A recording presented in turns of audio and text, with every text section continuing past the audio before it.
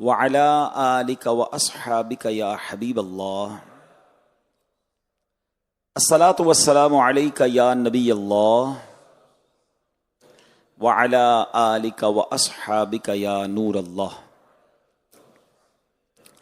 الحمدللہ عز وجل دعوت اسلامی کے عالمی مدنی مرکز میں مختلف اوقات میں دعوت اسلامی کے مختلف شعبہ جات کی تربیت کا اور مشوروں کا سلسلہ رہتا ہے. دعوت اسلامی کے ایک بہت اہم شعبے سوشل میڈیا کے ڈپارٹمنٹ کا آج انشاءاللہ مدنی مشورہ ہے. اللہ نے چاہا تو ایک دوسرے سے سیکھنے کی کوشش کریں گے. اور الحمدللہ دعوت اسلامی کا یہ شعبہ سوشل میڈیا جس تیزی سے گرو کر رہا ہے، جو ناظرین اس کو یوز کرتے ہیں انہیں معلوم ہے کہ اللہ کی رحمت سے 7 کروڑ سے زیادہ سبسکرائبر فالوورز مختلف پلیٹ فارمز پر موجود ہیں. اللہ کی رحمت سے 100 سے زیادہ سوشل میڈیا میں ہمارا اسٹاف ہے جو پروفیشنلزم کے ساتھ اپنے شعبے کی خدمت سر انجام دے رہا ہے. اور شاید یہ غلط نہیں ہوگا کہ کسی بھی ریلیجس آرگنائزیشن کا سب سے بڑا سوشل میڈیا ڈپارٹمنٹ دعوت اسلامی کے پاس ہے. اور اس میں نہ صرف اردو میں بلکہ انگلش میں، عربک میں، بلکہ مختلف زبانوں میں ڈب کر کے اے آئی کی مدد سے بہت سارے پروگرامز اور کلپس پیش کیے جاتے ہیں. اللہ کریم ہمارے اس شعبے کو اپنی بارگاہ میں قبول بھی فرمائے اور ہماری خدمات بھی قبول فرمائے. ہمیں اور اخلاص کے ساتھ اپنی دعوت اسلامی کی خدمت کرنے کی توفیق عطا فرمائے. آج ہمارے اس مشورے میں ایک اور یوں سمجھے کہ برکت یہ شامل ہو گئی کہ آج 2 شعبان المعظم ہے اور آج امام اعظم ابو حنیفہ، ہم کروڑوں حنفیوں کے پیشوا، ان کا یوم بھی ہے. تو ہم نے سوچا کہ کیوں نہ کچھ دیر کے لیے مدنی چینل کے ناظرین کو بھی شامل کر لیا جائے، امام اعظم کا ذکر خیر ہو. اور سبحان اللہ جتنا احسان ان کا اس امت پر ہے، جتنا ان کا یوں سمجھیے شکریہ ادا کریں، ان کو ایصال ثواب کریں، وہ کم ہے. کروڑوں حنفیوں کے امام اعظم ابو حنیفہ حضرت نعمان بن ثابت رضی اللہ تعالیٰ عنہ، کئی حج کیے آپ نے، اور جب آخری مرتبہ حج کی سعادت ملی تو آپ نے یہ خواہش کی خدام مکہ سے، کعبہ سے، کہ میرے لیے کعبے کا دروازہ کھول دیا جائے. آپ کے لیے کعبے کا دروازہ کھول دیا گیا. آپ کعبے کے اندر گئے، عاجزی کا پیکر بن کر آپ نے کعبے شریف کے 2 ستونوں کے درمیان کھڑے ہو کر طویل نماز ادا فرمائی، خوب تلاوت قرآن کی. نماز اور تلاوت سے فارغ ہو کر رو رو کر بارگاہ الہی میں دعا کرتے رہے. ابھی آپ دعا میں مشغول تھے کہ کعبہ شریف کے کونے سے آواز آئی، تم نے اچھی طرح ہماری معرفت یعنی پہچان حاصل کی اور خلوص کے ساتھ عبادت کی، ہم نے تم کو بخشا، اور قیامت تک جو تمہارے مذہب پر ہوگا یعنی تمہاری تقلید کرے گا اس کو بھی بخش دیا. تو حنفیوں کے لیے کتنی بڑی بشارت ہے کہ امام اعظم ابو حنیفہ کا دامن کرم ہمارے ہاتھ میں آیا. انشاءاللہ اللہ نے چاہا تو امام اعظم کے ساتھ نبی پاک علیہ السلام کے پیچھے پیچھے انشاءاللہ جنت میں داخل ہوں گے. امام اعظم کا تعارف، مختصر تعارف سن لیں. سراج الامہ، امت کے روشن سورج. امام الائمہ یعنی اماموں کے بھی امام. حضرت امام اعظم ابو حنیفہ کا مبارک نام نعمان، آپ کے والد کا نام ثابت، کنیت ابو حنیفہ ہے. یوں آپ کا پورا نام ابو حنیفہ نعمان بن ثابت ہے. امام اعظم 80 ہجری میں عراق کے مشہور شہر کوفہ میں پیدا ہوئے. 70 سال کی عمر میں 2 شعبان المعظم 150 ہجری میں آپ نے وفات پائی اور آپ کا مزار مبارک بغداد شریف میں ہے. ہو نائب سرور دو عالم امام اعظم ابو حنیفہ، سراج امت فقیہ اخم، سراج امت فقیہ افخم. امام اعظم ابو حنیفہ ہے، نام نعمان ابن ثابت. ابو حنیفہ ہے ان کی کنیت، پکارتا ہے یہ کہہ کے عالم امام اعظم ابو حنیفہ. آپ کے بہت کمال کے اوصاف ہیں. چند باتیں عرض کرتا ہوں چونکہ ہمارا مشورہ بھی ہے، ہم تربیت کے لیے بھی بیٹھے ہیں اور بزرگوں سے سیکھا جاتا ہے، کامیاب لوگوں کی سیرت سے سیکھا جاتا ہے. اتنے بڑے وقت کے امام ہیں، ایسے کیا کمالات تھے ان کے. اور میں کوشش کروں گا چند وہ باتیں عرض کروں گا جو جس لیول کے، جس طبقے کے اسلام پہ موجود ہیں، ہم سب کو ان کی سیرت سے کچھ ملتا چلا جائے.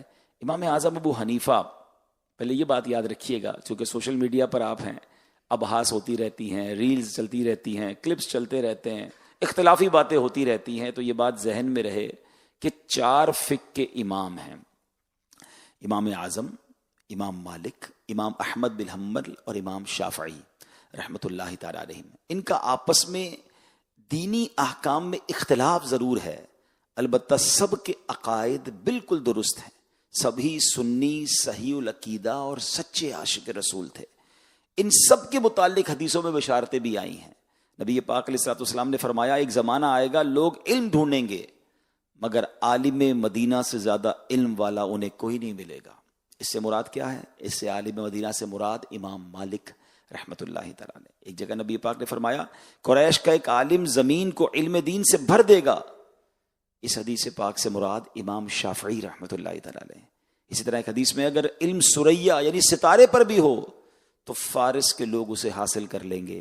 محدثین کرام فرماتے اس حدیث شریف میں فارسی لوگوں سے امام اعظم ابو حنیفہ رحمت اللہ تعالیٰ نے مراد ہے۔ تو پتہ چلا کہ یہ چاروں امام چاروں باغوں پر مہکتے ہوئے پھول ہیں، اور ان سب میں کوئی یوں سمجھیے کہ یہ چاروں حق پر ہیں اور کسی کے خلاف ہم نے کبھی بھی کوئی بات نہیں کرنی، یہ چاروں ہمارے سر کے تاج ہیں۔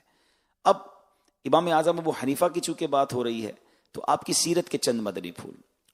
آپ کا ایک پاکیزہ وصف یہ تھا آپ کبھی کسی کی غیبت نہیں کرتے تھے، یہاں تک کہ آپ نے کبھی اپنے دشمن کی بھی غیبت نہیں کی۔ ایک مرتبہ حضرت عبداللہ ابن مبارک رحمت اللہ تعالی علیہ نے حضرت سفیان ثوری رحمت اللہ تعالی علیہ سے کہا امام ابو حنیفہ غیبت سے کتنا بچتے تھے؟ میں نے سنا آپ دشمن کی بھی غیبت نہیں کرتے تھے۔ تو حضرت سفیان ثوری رحمت اللہ تعالی علیہ فرماتے ہیں خدا کی قسم امام اعظم بہت زیادہ عقل مند تھے، پھر آپ کیسے گوارا کر سکتے تھے کہ اپنی قیمتی نیکیاں غیبت کر کے ضائع کر دیں؟ کیا کمال کی بات کی ہے۔ لوگ کہتے ہیں میں بڑا عقل مند ہوں، میں بڑا انٹیلیجنٹ ہوں، بڑا جینیس ہوں۔ آپ جینیس ہیں اور اپنی نیکیاں برباد کر رہے ہیں، کیونکہ غیبت کا معاملہ یہ ہے کہ کسی کی غیبت کریں گے تو آپ کی نیکیاں تو اس کے اکاؤنٹ میں ٹرانسفر ہو جائیں گی۔ آپ میں سے کون ایسا ہے جو ذرا پورا مہینہ کام کرے اور جب سیلری ملے تو ایک بٹن دبا کر اپنے پیسے کسی اور کے اکاؤنٹ میں، اور وہ بھی اس کے اکاؤنٹ میں جو اچھا نہیں لگتا؟ غیبت تو اس کی کرتے نا جو اچھا نہیں لگ رہا، اس کے اکاؤنٹ میں اپنے پیسے ٹرانسفر کر دیں۔ ایسا تو کوئی نہیں کرے گا کہ یار تم سے بڑا بیوقوف کوئی نہیں ہے، ایک تو تمہیں بندہ اچھا نہیں لگتا اور پورے مہینے کی سیلری اسی کو ٹرانسفر کر دی۔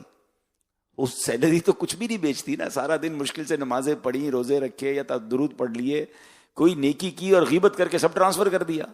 تو عقل مند وہ ہوتا ہے جو غیبت نہیں کرتا۔ تو امام اعظم کی عقل کا لیول دیکھیں، دشمن کی بھی غیبت نہیں کرتے، یعنی دشمن کی غیبت کر کے میں نے الٹیمیٹلی تو اسے فائدہ پہنچا دیا نا، کہ ایک تو میرا دشمن ہے اور میں نے اسے نیکیاں بھی پہنچا دی، تو کیوں غیبت کروں بھائی؟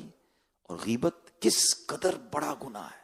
نارملی غیبت کو اچھا کسی کو نہیں یار شراب پیتا ہے، او ہو شرابی ہے بھائی، یہ تو معاذ اللہ جوا کھیلتا، او لو لو لو جواری ہے، غیبت کرتا ہے، تو سبھی کرتے ہیں، استغفر اللہ۔ غیبت بھی گناہ کبیرہ، اور بعض صورتوں میں کئی بڑے بڑے گناہ جس کو ہم بڑے سمجھتے ہیں اس سے بڑا گناہ ہے، مگر اس کو اتنا نارملائز کر دیا گیا ہے، اتنا روٹین کا حصہ بنا دیا ہے کہ سمجھ ہی نہیں آتی۔ اے میرے پیارے اسلامی بھائی، حدیث پاک سنیے، ہمارے آقا علیہ الصلوۃ والسلام نے فرمایا 4 طرح کے جہنمی ہیں جو کہ حمیم اور جہیم یعنی کھولتے پانی اور آگ کے درمیان بھاگتے پھرتے ویل و ثبور یعنی ہلاکت مانگتے ہوں گے۔ ان میں سے ایک شخص وہ ہوگا جو اپنا گوشت کھاتا ہوگا۔ جہنمی کہیں گے اس بدبخت کو کیا ہوا، ہماری تکلیف میں اضافہ کر رہا ہے، یعنی اس کی وجہ سے جہنمیوں کی تکلیف بڑھ رہی ہوگی۔ تو کہا جائے گا یہ بدبخت لوگوں کا گوشت کھاتا تھا، یعنی غیبت کرتا تھا اور چغلی کرتا تھا، یعنی غیبت کرنے والے چغلی کرنے والے کا قیامت میں عذاب ایسا ہوگا کہ اس کے عذاب کی وجہ سے جہنم کے جو لوگ ہوں گے ان کو بھی تکلیف ہو رہی ہوگی، اس قدر بڑا عذاب ہو۔ آج ہم نے 2-3 دن سے ریلز دیکھ رہے ہیں، ویڈیوز دیکھ رہے ہیں، گل پلازا کی آگ دیکھ رہے ہیں، وہ بھڑکتی آگ ہے جس سے لوگ نکل نہ پائے، کس طرح شہید ہو گئے، جھلس گئے، پہچانے نہیں جا رہے، ڈی این اے ہو رہے ہیں۔ میری کل کراچی یونیورسٹی میں بات ہو رہی تھی، تو جو یونیورسٹی کے لوگ ہیں یا جہاں پر ریسرچ ہوتی ہے وہاں کے ایک مجھے اہم ذمہ دار کا میسج آیا کہ ہمارے جو ریسرچ سینٹرز ہیں وہاں پر ہر تھوڑی دیر بعد کچھ اعضاء لائے جا رہے ہیں، 24 گھنٹے کام ہو رہا ہے، ڈی این اے ٹیسٹ کر کے بتایا جا رہا ہے کہ کس کا جنازہ ہے، یہ کس کی میت ہے۔ مگر اب تو جو حال ہوا کہ اب جو پارٹس مل رہے ہیں وہ تو پارٹس بھی نہیں مل رہے، اب تو ہڈیاں مل رہی ہیں۔ یہ دنیا کی آگ ہے جو اس طرح جلا کے راکھ کر دیتی ہے۔ ہم دعا کرتے ہیں اللہ سے جتنے شہید ہوئے اللہ ان کی مغفرت فرمائے۔ میں سمجھانے کے لیے کہہ رہا ہوں، میں تو آج ایک جنازہ پڑھا کر آیا ہوں، اور مبلغ دعوت اسلامی محمد سرفراز اتاری کا ہزاروں لوگ اس وقت موجود تھے. ابھی ظہر کی نماز کے بعد وہ جنازہ تھا کراچی کے ایک علاقے میں, اور کئی لوگ اشکبار تھے. ان کی نیک نامی, ان کے بارے میں جو باتیں میں سن رہا تھا, علماء تھے بڑی تعداد میں, اور سب یہی کہہ رہے تھے کہ مسجد کی تعمیر ہو, نیکی کی دعوت ہو, دین کا کوئی کام ہو, غریبوں کی مدد ہو, ہر معاملے میں بندہ آگے تھا. بلکہ یہ تو نئی بات مجھے آج پتہ چلی کہ یہ باہر آ چکے تھے گل پلازا سے, مگر 2-3 بار اندر گئے کہ کچھ اور لوگوں کو نکال لوں, کسی اور کو مدد کر دوں. اور آخری میسج جو پوری دنیا نے سنا کہ ان کا میسج یہ تھا کہ اگر مجھ سے کوئی غلطی ہو گئی ہے تو معاف کر دیجیے گا. یہ بھی کتنی پیاری تربیت ہے دعوت اسلامی کی کہ آخری وقت یہ خیال آیا کہ مجھ پر کوئی حقوق العباد باقی نہ رہے. اور آج میں نے جنازے میں ایک بڑا عجیب منظر دیکھا. بڑے جنازے پڑھے ہیں, جنازوں میں شرکت کی ہے, آج ہزاروں لوگ تو تھے, مگر جب میں جنازے سے فارغ ہوا اور دعا کا وقت آیا, جنازے سے پہلے کہیں دور دور تک آسمان پہ بادل نظر نہیں آ رہے تھے, لیکن جیسے ہی دعا کے لیے ہاتھ اٹھے تو بارش برسنا شروع ہوئی, اور جیسے ہی وہ بارش کے قطرے ہمارے ہاتھوں پر پڑے تو کئی لوگوں کی آنکھوں سے بھی آنسو برسنا شروع ہو گئے کہ ہم نے یہ سنا بھی ہے, پڑھا بھی ہے کہ جنازے کے وقت اگر اس طرح بارش برسے اور ایسا موسم ہو جائے تو یہ اس کی مغفرت یا اس کی قبولیت کی دلیل ہے. تو اللہ ان کی بے حساب مغفرت فرمایا. لیکن اس آگ سے سیکھا کیا میں نے اور آپ نے؟ یہ دنیا کی آگ ہے جو قابو میں نہ آئی. ہزاروں گیلن پانی ڈالا گیا, بڑے کیمیکلز ڈالے گئے, قابو میں نہ آئی. جہنم کی آگ کیسی ہوگی, ہم لمحہ بھی برداشت نہیں کر سکیں گے. ہم ایسے گناہ کیسے کر لیتے ہیں, ایسی خطائیں کرتے وقت کیوں نہیں سوچتے ہیں؟ حرام کمانے والا, دھوکہ دینے والا, غیبت کرنے والا, لوگوں کو ستانے والا, کبیرہ گناہوں میں مبتلا شخص یہ کیوں نہیں سوچتا کہ جہنم کی آگ سے کیسے بچوں گا, کیسے برداشت کروں؟ اب آپ نے سنا کہ غیبت کرنے والے کو جو عذاب ہوگا اس کی وجہ سے جہنمیوں کی بھی تکلیف ہو رہی ہوگی. ایک اور حدیث میں میرے آقا علیہ الصلوۃ والسلام فرماتے ہیں, ابھی شب معراج ہم نے منائی نا, شب معراج ایسی قوم کے پاس سے میرا گزر ہوا جو اپنے چہروں اور سینوں کو تانبے کے ناخنوں سے نوچ رہے تھے. میں نے پوچھا, اے جبرائیل یہ کون لوگ ہیں؟ کہا یہ وہ لوگ ہیں جو لوگوں کا گوشت کھاتے ہیں, یعنی غیبت کرتے تھے اور ان کی عزت خراب کرتے تھے. اب چونکہ مل کے کام کر رہے ہیں, فلاں کا یہ معاملہ ہو گیا, پتہ چلا فلاں نے یہ کر دیا, فلاں کے بارے میں یہ بات آ گئی, فلاں کا یہ میسج آ گیا, فلاں کو فلاں نے بلا لیا ہیں. اللہ اکبر, نہ جانے کتنی غیبتیں کر کے ہم کتنے گناہ کر چکے ہوں گے. اور پھر اس کے ساتھ ساتھ لوگوں کے عیب اچھالنا. اگر کسی کی کوئی غلطی پتہ بھی چل گئی ہے تو انسان ہی ہے نا, انسان سے ہی غلطی ہوتی ہے کہ ہم اس طرح لوگوں کے عیب اچھالیں گے. اللہ کو کیا جواب دیں گے؟ کبھی بھی نہیں. اپنے ڈپارٹمنٹ میں, اپنے شعبے میں اگر کسی کا کوئی معاملہ ہو بھی گیا تو وہ جانے, اس کے نگران جانے. نگران شورا نے ایک بہت پیارا جملہ کچھ عرصہ پہلے فرمایا تھا کہ نگران کی نگرانی نہ کرو, اس کا نگران موجود ہے.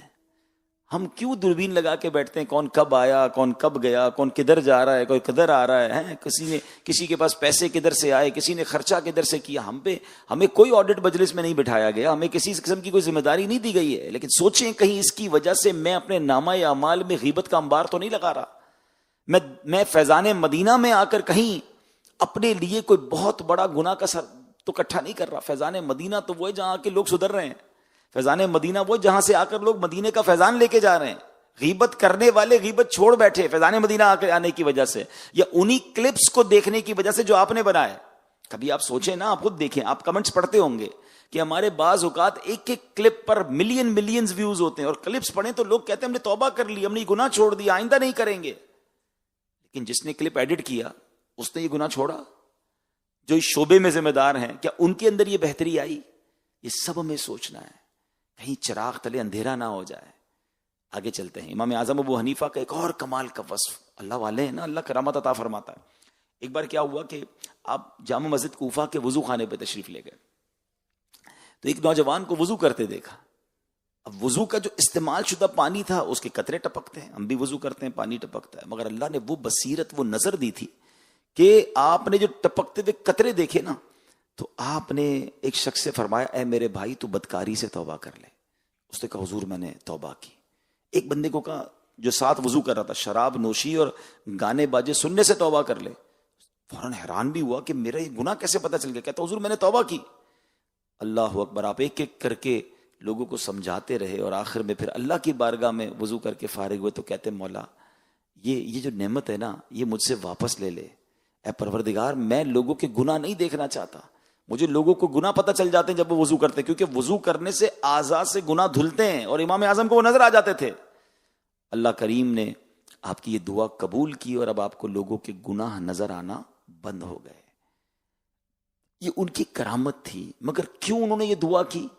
کہ وہ لوگوں کے گناہ نہیں جاننا چاہتے تھے۔ میرے اور آپ کے پاس تو ایسی کوئی نظر نہیں نا کہ یہ جو سامنے بیٹھا ہے اس کی کیا غلطی، اس کے کیا گناہ۔ اللہ نے عیب چھپائے، میں کون ہوتا ہوں کسی کے عیبوں کو تلاش کرنے والا؟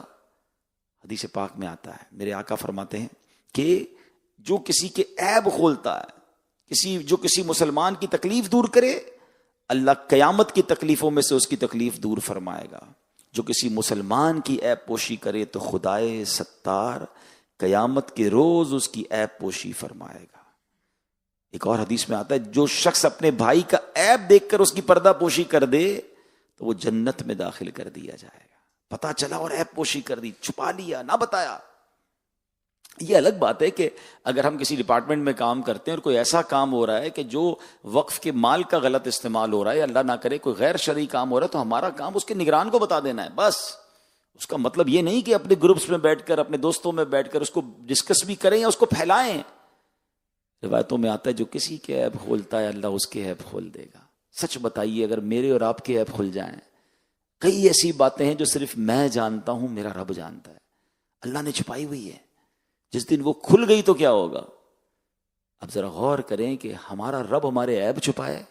اچھا، اللہ سے یہ دعا بھی تو کرتے ہیں نا، یا اللہ عیب چھپائی رکھنا، زندگی میں بھی چھپائی رکھنا، موت کے وقت بھی چھپائی رکھنا، آخرت میں قیامت کے دن بھی چھپا کے رکھنا۔ کتنا پیارا شعر پڑھتے ہیں، یا الہی نامہ اعمال جب کھلنے لگے، عیب پوشے خلق ستارے خطا کا ساتھ ہو۔ مگر اللہ سے کیا کہہ رہے ہو؟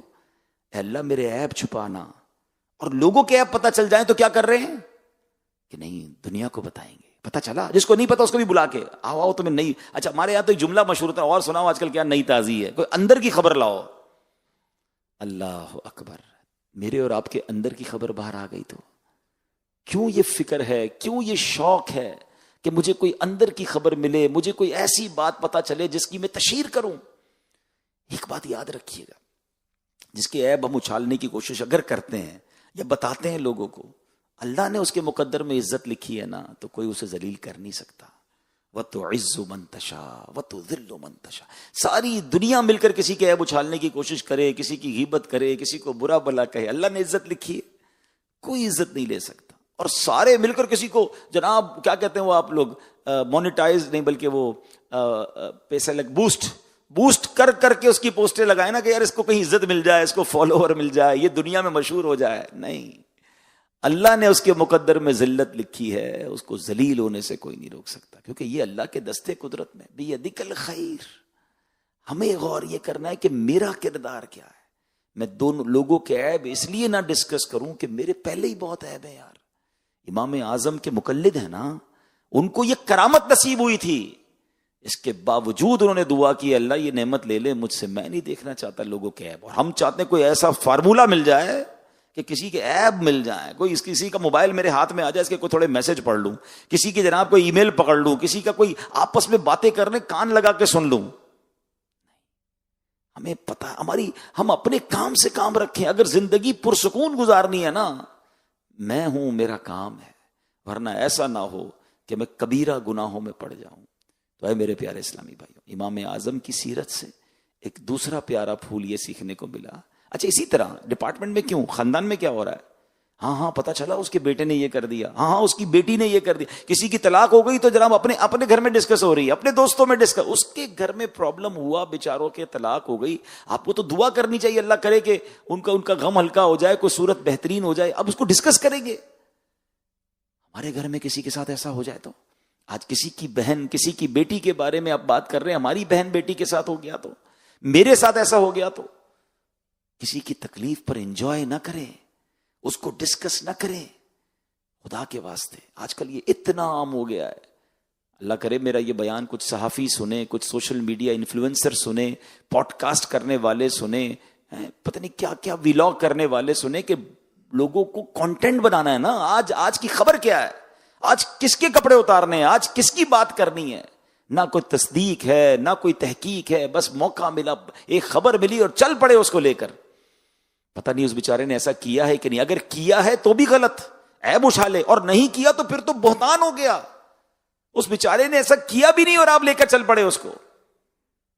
اور یاد رکھیے، ایک غیبت وہ ہے جو دو بندے کریں، اور ایک غیبت وہ ہے جو آپ سوشل میڈیا پہ کر رہے ہیں. ایک بہتان وہ ہے جو لاکھوں لوگ سن رہے ہیں. یہ تو کیسا گناہ جاریہ ہو گیا. کیسے اللہ کی بارگاہ میں معافی ملے گی؟ اس بندے کے کتنے بڑے حقوق تلف ہوئے. سوشل میڈیا پر آ کر، فیس بک پہ بیٹھ کر سمجھا رہے ہیں اس کو، اس کے عیب اچھال رہے ہیں. مرنا نہیں ہے. آپ کو یہ حق کس نے دیا ہے کہ کسی کے عیب کو آپ کسی سوشل میڈیا پہ ڈسکس کریں؟ وہ اس کا اور اس کے رب کا معاملہ ہے. اگر واقعی وہ شخص بہت برا ہے تو وہ جانے، اس کا رب جانے. مجھے کون سا یہ اختیار دیا گیا کہ میں اس کے عیب لے کر دنیا کو بتاتا پھروں؟ کیا پتا اس نے توبہ کر لی ہو، کیا پتا میرے پاس غلط اطلاع ہو. نہیں میرے پیارے اسلامی، زندگی کا اصول بنا لے. میں پہلے ہی بہت برا ہوں، میرے پہلے ہی گناہ بہت سارے ہیں، میں اپنے گناہ سے تو معافی مانگ لوں. میں کیوں دوسروں کی غیبت کر کے گناہ کروں؟ میں کیوں دوسروں کے عیب اچھال کے گناہ کروں؟ میں کیوں دوسروں کے عیبوں کی تلاش میں رہوں؟ کاش یہ بات سمجھ آ جائے. آگے چلتے ہیں. امام اعظم ابو حنیفہ کا ایک اور کمال کا وصف، چونکہ ماہ رمضان آنے والا ہے. آپ ماہ رمضان میں کتنی عبادت کرتے تھے؟ اب کے بارے میں آتا ہے کہ رمضان میں 62 ٹائمز قرآن ختم کیا کرتے تھے، ایک تراویح کے اندر، ٹھیک ہے، اور ایک رات کو دیر سے تہجد میں، اور ایک قرآن پاک جو ہے وہ سبحان اللہ عید کے روز، اور ایک پورے ماہ میں الگ. یعنی اس طرح 62 ٹائمز آپ قرآن پاک ختم کیا کرتے ہیں. ہم کتنا تلاوت قرآن کرتے ہیں. اور ابھی تو ماشاءاللہ ماہ شعبان ہمارے درمیان ہے. یہ ماہ درود بھی ہے، یہ ماہ توبہ بھی ہے، یہ ماہ قرآن بھی ہے. شعبان نے خود اللہ کی بارگاہ میں عرض کیا، ایک روایت میں آتا ہے، یا اللہ تو نے مجھے رجب اور رمضان جیسے مبارک مہینوں کے درمیان رکھا، میرے لیے کیا ہے؟ ارشاد ہوا کہ ہم نے تجھ میں تیرے ماہ کو ماہ قرآن بنا دیا ہے. یہ تلاوت کا مہینہ ہے، ٹھیک ہے نا. آیت درود اس مہینے میں نازل ہوئی، یہ درود کا مہینہ ہے، یہ استغفار کا مہینہ ہے کہ 15 شعبان میرے اور آپ کے اعمال اللہ کی بارگاہ میں پیش ہونے والے ہیں. ابھی سوشل میڈیا پر یا تمام اجیروں کے لیے اعلان کر دیا جائے کہ بھائی آپ کی پورے سال کی رپورٹ جانی ہے، رپورٹ ریڈی کریں. کتنا فکر ہوتی ہے یار، ممتاز ہو جاؤں، مناسب نہ ہو جاؤں، کمزور نہ ہو جاؤں، فلاں بحث چل رہی ہوتی ہے اپنی کارکردگی کو. یہ 1 سال کی رپورٹ ہے، اور اس 1 سال کی رپورٹ میں کمزور یا مناسب یا نیچے بھی آگے تو کتنا نقصان ہو جائے گا. مگر اللہ کی بارگاہ میں میرے پورے سال کی رپورٹ، پورے نامہ اعمال جا رہے ہیں، اور وہ رب ناراض ہو گیا، گناہوں کا انبار ہے اس کے اندر. بنے گا کیا؟ اس رات تو فیصلے ہونے ہیں. روایتوں میں آتا ہے یہ لکھ دیا جائے گا اگلے سال کون زندہ رہے، کون پیدا ہوگا، کون چلا جائے گا. اتنی نازک رات ہے. تو اس رات سے پہلے توبہ بھی کرنی ہے، اللہ کو راضی بھی کرنا ہے. وہ رات بھی عبادت میں گزارنی ہے، مگر اس سے پہلے اپنے معمولات میں فرق لانا. امام اعظم ابو حنیفہ کا ایک اور انداز، آپ کیسے خوف خدا والے تھے، حقوق العباد کا کیسا خیال تھا کہ کہیں سے گزر رہے تھے تو آپ کا مبارک پاؤں ایک لڑکے کے پیر پر پڑ گیا. بڑی نارمل سی بات ہے ہمارے لیے تو، مگر اس لڑکے کی چیخ نکل گئی اور بے ساختہ اس کی زبان سے نکلا، یا شیخ الا تخاف القصاص یوم القیامہ. یعنی جناب کیا آپ قیامت کے روز لیے جانے والے انتقام خداوندی سے نہیں ڈرتے؟ ایک چھوٹے بچے کی آواز تھی، کوئی کرو فر والا جاہو جلال والا بولا چپ رہو، تمہیں کیا پتا، ہو گیا نا بس لگ گئی. وقت کے امام کو ایک بچہ کہہ رہا ہے کہ ڈرتے نہیں اللہ کے انتقام سے قیامت کے دن کے لیے.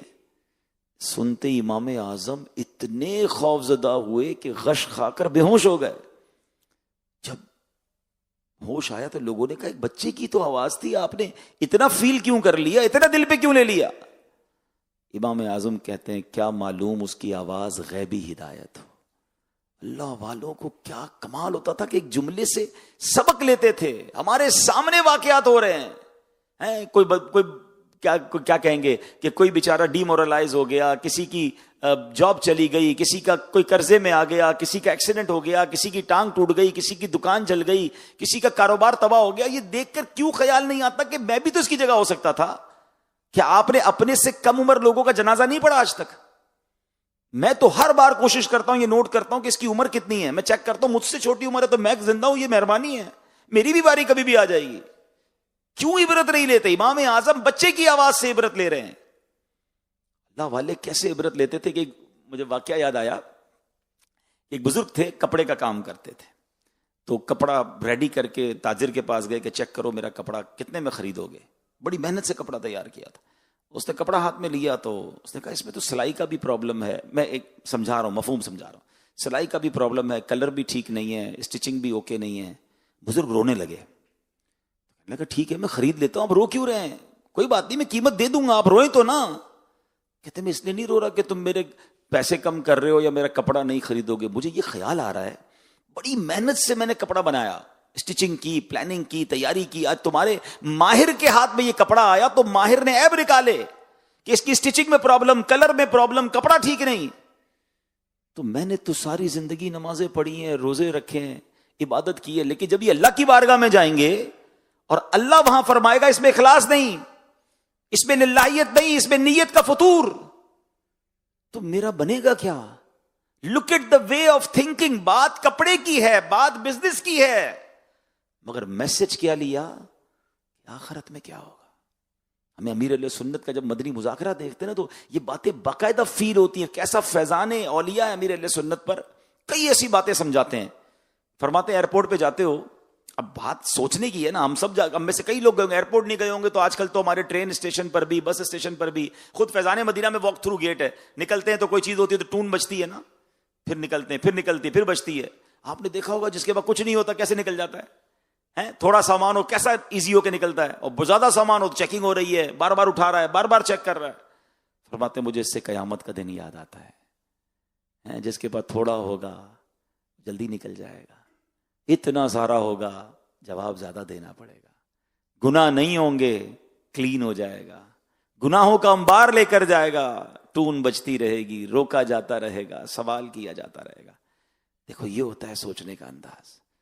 ہم دنیا کے معاملات کو دیکھ کر دنیا ہی کی مثالیں سمجھ رہے ہیں, اللہ والے اس میں سے آخرت کا پہلو لیتے ہیں. پہلے کے زمانے میں جب کوئی جنازے پہ جاتا تھا نا, یہ پہچاننا مشکل ہو جاتا تھا میت کا رشتہ دار کون ہے, کیونکہ سارے ہی رو رہے ہوتے تھے. آج کل کیا طریقہ ہے بھائی, آپ نے کسی کے جنازے پہ جانا ہے, کیسے ڈھونڈو گے یار میت کا بھائی کون ہے, والد کون ہے, دیکھو کوئی رو رہا ہوگا یا لوگ اس سے مل رہے ہوں گے, افسردہ چہرہ ہوگا وہی ہوگا, باقی لوگ تو نارمل ہوں گے. مگر اس زمانے میں سب روتے تھے. وائے اس لیے نہیں کہ میت سے پیار ہوتا تھا, سب کو اپنی موت یاد آتی تھی, سب کو لگتا تھا آج یہ گیا ہے کل میری باری ہے. مگر آج جنازے میں موبائل چل رہے ہیں, ہنسی مذاق ہو رہی ہے, قبرستان میں بزنس کی باتیں ہو رہی ہیں. نوبڈی کیئرز کہ میں کسی جنازے میں کھڑا ہوں, کسی کے گھر کا بیٹا چلا گیا دنیا سے, ارے بھائی ذرا یہ ساری مٹی ڈال دو, یہ سوراخ بند کر دو. کیسے کہہ رہے ہوتے ہیں, کہتے ہوئے زبان لرزتی کیوں نہیں کہ اس قبر میں اتار رہے ہو جہاں مجھے بھی جانا ہے, آپ کو بھی جانا ہے. کبھی تو ایسا ہو کہ جنازہ پڑھ کے آؤں اور ساری رات نیند نہ آئے کہ کیسے وہ چلا گیا یار, اب میری باری ہے, میرا کیا بنے گا قبر میں. کاش یہ باتیں سیکھیں. امام اعظم, کروڑوں حنفیوں کے پیشوا, اتنی نیکیاں ہونے کے باوجود ایک بچے کے جملے پر لرز کر بے ہوش ہو گئے, ان کا پیر رہ گیا. آج تو جناب کوئی کسی کا مال دبا رہا ہے, کوئی کسی کا حق دبا رہا ہے, کوئی کسی پر ظلم کر رہا ہے, اس کو ٹینشن ہی نہیں ہے. کوئی کر سکتے ہو تو کر لو. ایسے جملے سنے, ان کانوں نے آپ نے بھی سنے ہوں گے, بھائی جو کرنا ہے کر لو, جو بگاڑنا ہے بگاڑ لو. توبہ توبہ توبہ, یہ کتنا تکبرانہ جملہ ہے. ایک بات اپنی زندگی میں یاد رکھیے گا میرے پیارے اسلامی بھائی, جو یہ کہتے ہیں نا تم جو میرا بگاڑ سکتے ہو بگاڑ لو, میرا کوئی نہیں بگاڑ سکتا. تو پتہ نہیں کس پوسٹ پہ ہوں, پتہ نہیں کس میرے سائن سے فیصلہ ہوگا. یاد رکھیے ظالم کا بعض اوقات مظلوم بظاہر تو کچھ نہیں بگاڑ سکتا. کچھ لوگ کہتے ہیں نا میرا بڑی ٹور ہے, میری آگے پیچھے گارڈ ہے, مجھے کون بگاڑے گا. میں نے ایک جملہ پنجاب کے ایک سفر میں سنا تھا, کئی بار میں نے بیانات میں ریپیٹ کیا ہے, کہ لوگ کہتے ہیں مضبوط آدمی سے نہ ڈرو, ماڑے آدمی سے ڈرو. ماڑا کس کو کہتے ہیں؟ کمزور. ماڑا میں بھی نہیں سمجھا کہ کس کو کہتے ماڑا کمزور کو کہتے ہیں. میں کمزور سے کیوں ڈرے؟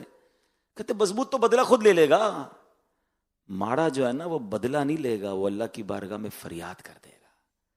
اور جب مظلوم کی فریاد جاتی ہے نا تو پھر ظالم بچتا نہیں ہے. میں کئی بار یہ مشورہ دے چکا ہوں, آپ کو بھی مشورہ دیتا ہوں.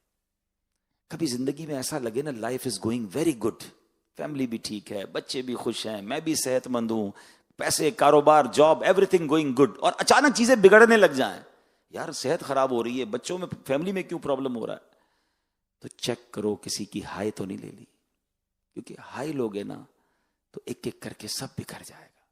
دل توڑنے والے نہ بنے, دل جوڑنے والے. میری HOD سے بھی گزارش ہے, میری مجلس کے نگرانوں سے بھی گزارش ہے، ہم سب کو یہ سوچنا ہے، ہمارے تحت بہت سارے لوگ ہیں، ان کا کچن چل رہا ہے، ان کی فیملی کی توقعات ہیں، ہو جاتی ہے غلطی یار، ہر غلطی کی سزا موت نہیں ہوتی، ہر غلطی کی سزا الگ ہوتی ہے، ٹھیک ہے؟ کچھ شرعی معاملات ہیں، کچھ وقف کے معاملات ہیں جس میں ہم پابند ہیں، لیکن میٹھا بول تو سکتے ہیں نا، اس کے تو پیسے نہیں لگتے نا۔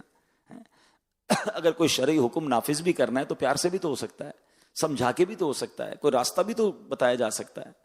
تو زندگی کا ایک اصول بنا لے کہ کبھی کسی کو تکلیف نہیں دینی ہے، کیونکہ حدیث پاک یاد رکھیے، من آذا مسلمن فقط آذانی، جس نے کسی مسلمان کو تکلیف دی وہ ایسا ہے جیسا اس نے مجھے تکلیف دی۔ کون کہہ رہا ہے؟ پیارے آقا علیہ السلام۔ اور آگے سنی، ومن آذانی فقط آذ اللہ، جس نے مجھے تکلیف دی وہ ایسا ہے جیسا اس نے اللہ کو تکلیف دی، اللہ کو ایذا پہنچائی۔ بات کدھر تک جاتی ہے؟ تو کسی کو بھی نہیں، ہاں پیار سے بات کریں آپ۔ میں چند باتیں اب آخر میں عرض کر دیتا ہوں کہ سوشل میڈیا میں ایک اور چیز کی ضرورت زیادہ ہے، بہتر ہے لیکن اور کرنی ہے، ہمارے اخلاق اچھے ہونے چاہیے۔ بعض اوقات ابے تبے تو تڑاک والی گفتگو نہیں، آپ جناب دیکھیں نا، نیک اعمال میں امیر علیہ سنت نے کیا فرمایا کہ چھوٹے بچے، ایک دن کے بچے، مثال دی کہ چھوٹے بچے سے بھی آپ کہہ کر بات کرنی ہے، تو اپنی زبان پر آپ لائیے۔ ہو جاتا ہے، میڈیا کی دنیا ہے، کبھی کبھی غلطی ہو جائے گی، ایڈٹ میں غلطی ہوگی، شارٹ میں غلطی ہوگی، ڈائریکٹر سے غلطی ہوگی، کیمرہ مین سے غلطی ہوگی، لیکن اس کو جس طرح ڈیل کیا جاتا ہے، جس انداز سے مخاطب کیا جاتا ہے، اس میں بہتری کی گنجائش ہے۔ ہمیں کہیں ایسا نہ ہو کہ جاب کر کے تو گیا، اپنے مرکز کو تو شاید راضی کر لیا کہ جناب میں نے بہت اچھا آج پروگرام کیا، لیکن 4 کیمرہ مین کا دل توڑ کے چلا گیا ہے۔ اچھا سا پروگرام بنا کے ایڈٹ کر کے جناب اپنے نگران سے تو شاباش لے لی، لیکن ایڈیٹر اور جو 7 لوگ تھے ان سے ایسی گفتگو کی کہ ان سب کا دل توڑ کے چلا گیا۔ تو کیا نگران بچا لے گا قیامت کے دن؟ یا اللہ نگران کو راضی کرنے کے لیے نیچے 4 لوگوں کو گالیاں دے کر آیا، برا بھلا کہہ کے آیا، ابے تبے کر کے آیا، ڈانٹ کے آیا؟ جب بدنی مرکز کی طرف سے آپ کو یہ کہا ہی نہیں گیا کہ آپ ڈانٹ کے کام کروائیں، آپ جھڑک کے کام کروائیں، آپ پیار سے کام کروائیں، نہیں کرتے تو جو شرعی طریقہ ہے اس کو فالو کریں، لکھ کر بات کریں کہ حضرت آپ کے کام سے ہمیں اطمینان نہیں ہے، یہ طریقہ ہے۔ لیکن اپنی زبان سے کیوں ہم ایسی بات کرتے ہیں کہ کسی کا دل کرچی کرچی کر دیں؟ کہتے ہیں نا تلوار کا وار بھر جاتا ہے، زبان کا وار بڑا زیادہ تکلیف پہنچاتا ہے۔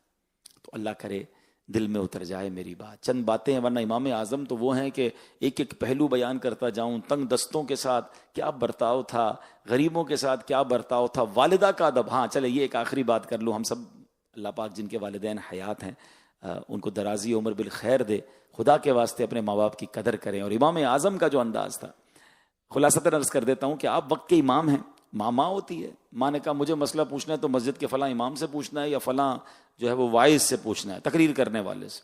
ہم جیسا آدمیوں کا پتہ نہیں ماں میں کون، مدنی چینل پہ کام کرتا ہوں، نہیں پتا، میں تو مفتش ہوں، میں لوگوں کے بیان، بڑے بڑے مبلغ کے بیان میں چیک کرتا ہوں، اور میں تمہارا فتویٰ پوچھنے کسی اور کے پاس جاؤں؟ آپ امام اعظم تھے، کتنا زبردست جواب بن سکتا تھا، ماں میرے سے تو دنیا سیکھتی ہے، میں کسی اور سے فتویٰ پوچھوں؟ کہتے نہیں، جا کے اس مسجد کے امام سے پوچھ کے آؤ۔ امام اعظم اس امام کے پاس جاتے، کہتے ماں نے مسئلہ پوچھا، امام کہتا حضرت کیوں گناہ گار کر رہے ہیں آپ وقت کے امام، میں کیا مسئلہ بتاؤں؟ کہتے ماں تمہاری بات مانتی ہے کہ آپ ہی جواب دے دیں۔ امام اعظم جواب دیتے، وہ کہتے ٹھیک ہے جواب آپ کا درست ہے، ماں کو جا کے بتا دیں۔ وہ کہتے ماں مولوی صاحب نے یہ والا فتویٰ دیا ہے، یہ جواب دیا، ماں خوش ہو جاتی۔ امام ابو یوسف فرماتے ایک بار میں نے کوفہ کی گلیوں میں دیکھا، امام اعظم کی والدہ نے کہا میں نے خود جا کے ابو ذرا سے جا کے مسئلہ پوچھنا ہے۔ تو امام اعظم اپنی ماں کو سواری پر بٹھا کر، سواری جو ہے کچر تھا یا اونٹ تھا، اس کی باغ سنبھال کے اس مسجد میں جاتے ہیں، ان کے حجرے کے باہر کھڑے رہتے ہیں، ماں اندر جاتی، سوال پوچھتی ہے، واپس آتی اور امام اعظم واپس لے کر آتے ہیں۔ What is the message? کہ ماں کو کبھی نہیں کہنا ہے، والد کو نہیں کہنا میں بڑا ہو گیا ہوں، پتہ نہیں میں کون ہوں، اتنا بڑا نگران، اتنے لوگ میرے آگے پیچھے ہیں، لوگ میرے ہاتھ چومتے، ماں تمہیں پتہ نہیں میں کون۔ اچھا یہ اگر میرا بیان لائیو بھی جا رہا ہے تو افسران کہہ رہے ہوتے ہیں کہ میں مینیجر، میں ڈائریکٹر، میں CEO، ماں پتہ نہیں میں کتنا بڑا آدمی ہو گیا ہوں۔ ارے ماں باپ کے سامنے افسر نہیں بنے ہم دنیا میں جو بنے ہیں نا وہ ماں باپ کی دعاؤں سے تو بنے ہیں، ان کے آگے بچہ ہی رہنا ہے۔ امام اعظم یہ سکھا گئے کہ اتنے بڑے امام ہو کر بھی، اچھا ان سے انہی کی فیلڈ کا سوال کیا گیا نا، چلے کسی اور فیلڈ کا سوال ہوتا تو بات تھی، دین کا سوال کیا گیا، مگر اس میں بھی انہوں نے سرنڈر کیا ماں کے آگے، جو والدہ کا حکم ہے۔ ایک جگہ گئے فتویٰ لینے تو وہ مفتی صاحب جو تھے بھی، جو بھی عالم صاحب تھے، کہتے حضور آپ فتویٰ دے دیں۔ فتویٰ امام اعظم نے لکھا, انہوں نے نیچے لکھ کے دیا کہ یہ فتویٰ درست ہے, ماں کو دکھایا, ماں وہ فلاں نے فتویٰ دے دیا, جواب دے دیا. لک ایٹ دا انکساری. یہ ہے ماں باپ سے بات کرنے کا انداز. ماں باپ پہ روب جما رہے ہوتے ہیں. ماں آپ کو پتہ ہی نہیں میں کیا بن گیا ہوں, مجھ سے اسی طرح باتیں کرتے ہو, میرا مرتبہ کچھ اور ہے, میں اب وہ والا بندہ نہیں, کچھ بھی بن گیا ہوں, بچہ ہوں اپنے ماں باپ کا. انہیں مت کہو میں بڑا ہو گیا ہوں, انہیں مت کہو میرا مقام کیا ہو گیا. ارے مقام جو ملا انہی کے صدقے ملا ہے نا, تو راضی رکھیں انہیں. جس کے ساتھ ماں باپ کی دعا, ابھی آخری لائن ہے میری, اور یہ میرے زندگی کا نچوڑ میں اگر آپ کو دوں نا, یہ میں نے بہت دیکھا ہے, جس کے ساتھ اس کے ماں باپ کی دعائیں ہیں نا, اس کو ترقی سے کوئی نہیں روک سکتا, اور جس کے ساتھ اس کے ماں باپ راضی نہیں ہیں, اس کو بربادی سے کوئی نہیں روک سکتا. یہ 2-4 والی بات ہے, 2+2 4 والی بات, سیدھی بات ہے. ماں باپ کو ناراض مت کرنا. ماں باپ راضی تو رب راضی, ماں باپ ناراض تو رب ناراض. راضی رکھیں نے, دعائیں لیں. اور یہ امام اعظم کی سیرت سے آج ہم نے سیکھا. اللہ تربت امام اعظم پر کروڑوں رحمتوں کی بارش نازل فرمائے, اور ہمیں ان کے فیوز و برکات سے مالا مال فرمائے. ماہ شعبان کی برکتیں نصیب فرمائے. آمین بجاہ النبی الامین صلی اللہ تعالیٰ علیہ وسلم. مدنی چینل کے ناظرین ہمیں اجازت دیں. کڈز مدنی چینل کے پروگرام جاری ہیں, آپ ان کی طرف سوئچ ہو جائیں گے. اب ہم انشاءاللہ یہاں پر اپنے مشورے کو جاری رکھیں گے. صلو علی الحبیب صلی اللہ.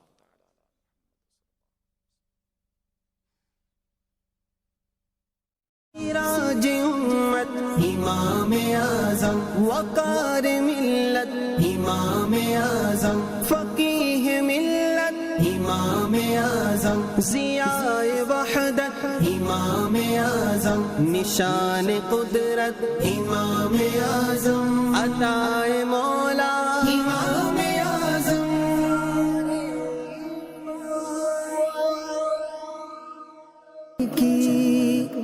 مدنی چینل, مدنی چینل, مدنی چینل, مدنی چینل, مدنی چینل, مدنی چینل. جو دور ہے ان کو خدا سے یہ ملاتا